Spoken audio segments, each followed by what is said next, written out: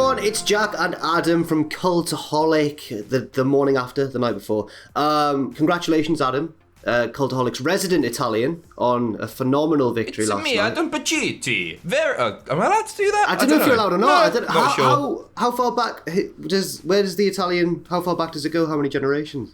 Salvatore Pacitti, my dad's dad, proper. So your granddad was called Salvatore Pacitti. No, that's amazing. I know, right? I'm heartbroken and hungover and stuff, but you know what? There's some wrestling news to talk about. So, without any further ado, let's get to the headlines. First of all, WWE are reportedly not punishing Jimmy Uso following his recent arrest. Also, WWE are said to have waived a 90-day no-compete for a recently released superstar. And finally, Ring of Honor are said to be reaching out to multiple recently released WWE superstars. More on that in just a bit. So, first of all, very serious news, unfortunately, to start off with, of course, because we're talking about Jimmy Uso, who, of course, was recently arrested for a DUI. Not the first time that's happened to him either, so it's obviously a very serious incident. But apparently, according to Dave Meltzer at least, WWE are not punishing Jimmy Uso following this arrest, Adam. No, he said there's stuff in the plans that they feel is far too important and they just don't want to screw it up. You would think third time, bad luck, no acknowledgement of it. They are going to pretend it didn't happen. I don't know if Roman went to bat for him. My gut instinct is they decided that they've got this main event angle because it's going to include The Rock and it does lead to WrestleMania and he's involved in some form and they don't want to screw up The Rock's angle. Maybe in a couple of weeks they'll do something. Maybe they're going to shoot some angle and they'll announce the suspension. But I don't know. When I was asked, it was just like nothing's happening. It's really shocking, isn't it?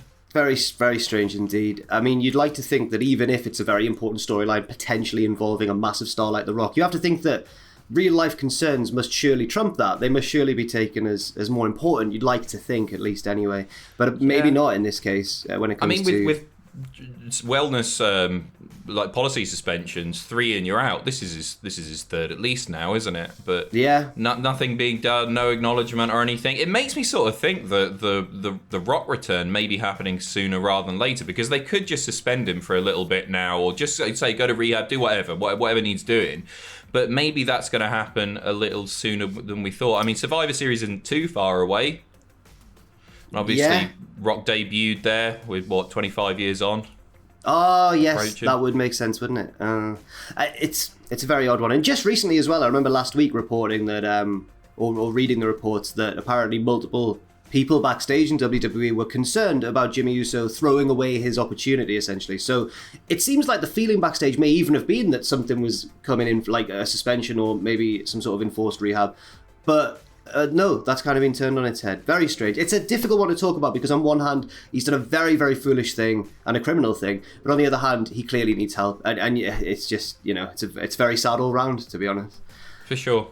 Yeah. Now moving on to Kurt Angle, who was talking recently on the Kurt Angle show about a possible training role recently that he was apparently offered in WWE that he just never heard back from. He said, Triple H contacted me about 7 months ago, excuse me, and wanted me to help out down in NXT. He wanted me to be a trainer. And he said, all I need you to do is go over stuff with talent. You can even do it from home on your computer. You can do a Zoom call, go through the tapes with them in their match and tell them what they did right and wrong. And Kurt said he would have been interested, but never heard back. He assumes that WWE were interested, but at the last second, they must have backed out. And he says he's fine with that. It's just very strange that he didn't hear back, right? Yeah, it's an odd one, isn't it? A little bit rude on WWE's part. No, I mean, plans change and all that, but you think they'd let the guy know. I mean, it's a shame for him as well, because it's pretty easy money, isn't it? Watch some wrestling, critique it, job done. I don't know. It'd be interesting to see sort of what Kurt does next, because he's doing all the podcast stuff. He pops up, like he's been on WWE TV since his release, but every time that we talk about him, or even every time I think about him, I just think back to the retirement match and think, hey, Kurt can't be happy with that. There's surely something more that he's going to want to do. It can't be a 7-minute average mediocre match with Baron Corbin. I want to see him if he's fit and well and healthy enough to do so. I just want to see him do one more thing, to be honest. I don't want that to be the end. When I interviewed him when we were in London at the press event, when I was talking about modern day WWE stuff to him, you could tell his heart wasn't really. He only lit up when I started bringing up his old matches and everything like that, and then he had a real passion when he was speaking. But as far as his retirement and everything, he didn't seem to be pleased with it either, to be honest. That's just a guess, just from how he seemed. No, I think he's been quite open about the fact that I think he's mentioned a few times that it wasn't the match that he really wanted to have. I think he wanted Cena. Yeah, we all did. I mean, so. we all did. Yeah, of course. But at least he put over Corbin, who is now sad because he's lost his crown. So it all works out in the end. Now moving on to news about this WWE superstar who apparently had their 90-day no-compete waived by WWE. And it's Chelsea Green speaking on her Green with Envy podcast. She said, I need to give a shout out to Johnny Ace, or John Laurinaitis. He has been so helpful throughout this process of me being released. When I was first released, I went to him and asked if I could forego the 90-day pay and get back onto the indies within a week or two. And basically, he kind of did. She had a few complications with injury. They decided not to break her contract, but then she did it again. She asked him again. And they let her go, and therefore she appeared on the recent Ring of Honor pay-per-view. Was on Best in the World, or was it? Or has she been announced for Best in the World? I'm quite. No, she was there yesterday. She was introduced by Maria Kanellis yesterday, and it's only a week. Like that took place a week before her contract was actually meant to expire. So it was meant to be expiring on the 14th. They let it expire a week before on the 7th.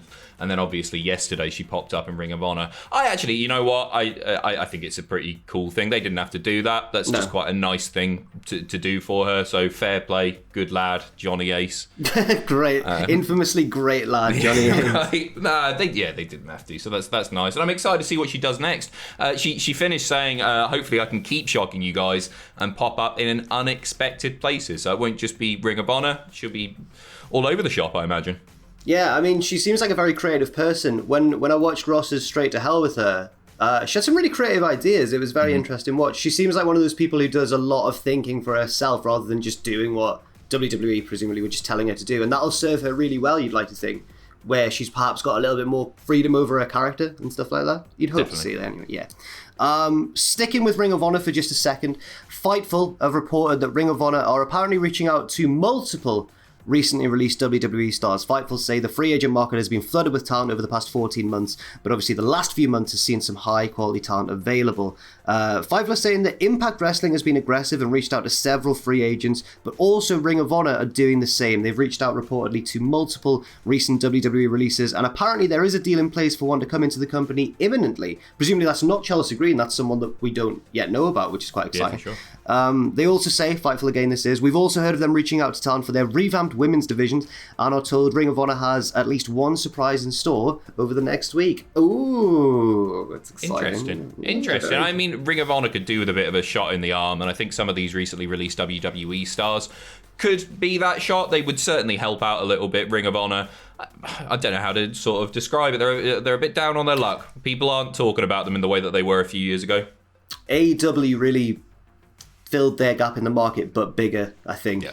And there's a lot of, obviously, former Ring of Honor talent in NXT right now, or in WWE generally. So, yeah, they've lost a bit of momentum, haven't they, over the past few years? But hopefully this is the start of something better in the future. Because when Ring of Honor are good, they're really, really good. It's just that we don't see that quite as often as we'd like to recently. Yeah, they haven't been really, really good for a while now, have they? Yeah, it's very sad. But taking nothing away from the wrestlers. The matches are always really good. It's just the hype's not there, I guess. Yeah. Moving over now, finally, as well, to Impact, because we're sticking with Fightful for now, because they've done a bit of a rumour killer. What does Ross do? He does the rumour killer. Yeah, they've killed a rumour anyway. That because obviously Deonna Purrazzo apparently has a mystery opponent for her Knockouts Championship at Slammiversary, but it's not going to be the former Ruby Riott, now known, of course, as Ruby Soho. Fightful say they haven't heard the details of this new opponent, but they also haven't heard of any bookings being set for Ruby Riott or Ruby Soho publicly. So apparently the plan for Purrazzo's mystery opponent is someone who is not on the Impact Wrestling roster. So that's also it could be one of these recently released WWE stars. It could be Lana. It could be... I hope not. I don't know. I don't know. No, I like Lana. Oh yeah, of course she's fantastic at what she does. But I imagine with Purrazzo being quite a technical wrestler and everything, they might try and match her up with somebody who's also a bit of a worker. You know what I mean? Somebody can wrestle. I'd be interested to see. I'm joking. I like Lana. I like what she does. We love Lana. Yeah. But yeah, it'll be interesting to see. I mean, they say that they haven't heard anything. I don't think you can fully count her out here. I don't think they haven't heard anything, but that doesn't mean that plans can't change. I'm really looking forward to it. Looking forward to seeing who might pop up.